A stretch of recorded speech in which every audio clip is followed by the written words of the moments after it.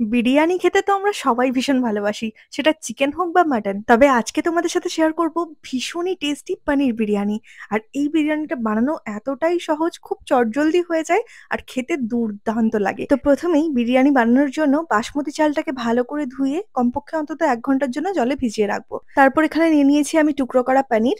পনিরটাকে আমি ম্যারিনেট করব একটু নুন, একটু লঙ্কার গুঁড়ো, একটু বিরিয়ানির মসলা আর অল্প একটু তেল দিয়ে ভালো করে মাখিয়ে কিছুক্ষণের জন্য ম্যারিনেট করে রাখবো। এবার এই পনিরটাকে ফ্রাই করে নেওয়ার পালা। আর এই যেকোনো রকম ফ্রাইং এর কাজটাকে আরো বেশি সহজ করার জন্য আমি ইউজ করছি নেস্টেশিয়া ট্রাইপ্লাই স্টেনলেস স্টিল ফ্রাই প্যান। এর মধ্যে যেকোনো রকম কুকিং ফ্রাইং এর ক্ষেত্রে এটা কিন্তু দারুণ কাজ করে। আর এটা কিন্তু ন্যাচারালি ননস্টিকেরও কাজ করে, ফলে যেকোনো রকমের খাবার দাবার প্যানের মধ্যে লেগে যাওয়ার কিন্তু কোনো রকম ভয় নেই। তো আমি এখানে পনিরটাকে ফ্রাই করে নিচ্ছি। পনির ফ্রাই করা হয়ে গেলে এগুলোকে তুলে নেব।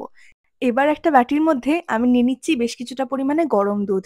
এর মধ্যে আমি কেশরটাকে ভিজিয়ে রাখবো। তার জন্য এখানে বেশ কিছুটা পরিমাণে কেশর, একটু মিঠা আতর আর ১ চামচের মতো একটু কেওড়া জল দিয়ে এটাকে মিশিয়ে সাইডে রেখে দেব। এই মিশ্রণটা আমি বিরিয়ানিতে ইউজ করব। আর কেশরটা একটু গরম দুধে ভিজিয়ে রাখলে কিন্তু বিরিয়ানির মধ্যে খুব সুন্দর একটা কালার অ্যাড করে। তো চলো এবার বিরিয়ানি রাইসটা বানিয়ে নিই। তার জন্য জলের মধ্যে আমি দিয়ে দিচ্ছি গোটা গরম মসলা, তেজপাতা, একটা স্টার এনিস আর দিয়ে দিচ্ছি একটু পরিমাণ মতো নুন, দিয়ে দিচ্ছি অল্প একটু সাদা তেল আর দেবো ২ টো লেবুর স্লাইস। এটা দিলে কিন্তু ভাতটা ভীষণই ঝরঝরে হয়। তো বিরিয়ানি রাইস তো একদম রেডি। এবার আমি বিরিয়ানিটা বানাবো। তার জন্য আমি এখানে ইউজ করছি নেস্টেশিয়া ট্রাইপ্লাই স্টেনলেস স্টিল ক্যাসারোল। যেটা ইউজ করার পর থেকে আমার কাছে বিরিয়ানি বানানো আরো বেশি সহজ হয়ে গেছে। নরমালি অন্যান্য স্টিল কুকওয়্যারের থেকে এটা অনেকটাই বেশি প্রিমিয়াম। আর এর হেভি বটমের কারণে এটা ইভেনলি হিট ডিস্ট্রিবিউট করে। তাই তো বিরিয়ানি বানানোর সময় যেটা মেইন প্রবলেম, বিরিয়ানি নিচে থেকে জ্বলে যাওয়ার বা লেগে যাওয়ার, সেই প্রবলেমগুলো কিন্তু এই কুকওয়্যারের মধ্যে একদমই তোমরা পাবে না। তো এবার এই প্যানের মধ্যে আমি দিয়ে দিচ্ছি সাদা তেল। আজকে বিরিয়ানিটা কিন্তু আমি সাদা তেলেই বানাবো।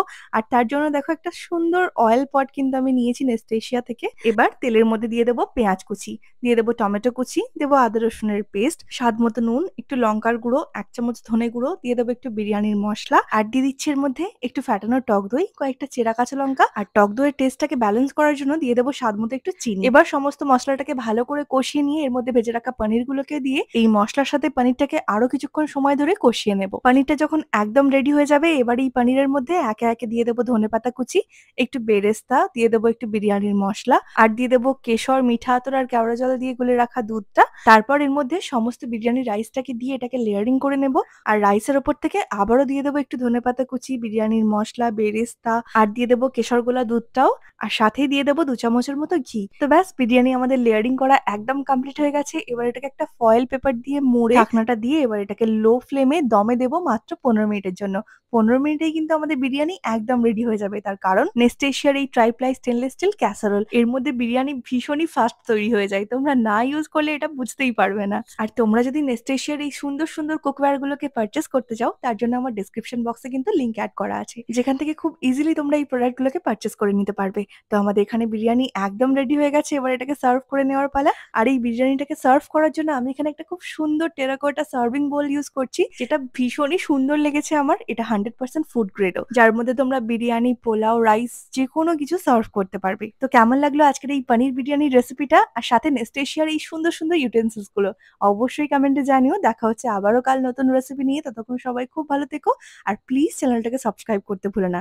আজ এইটুকুই, দেখা হবে কাল নতুন রেসিপি নিয়ে। টাটা।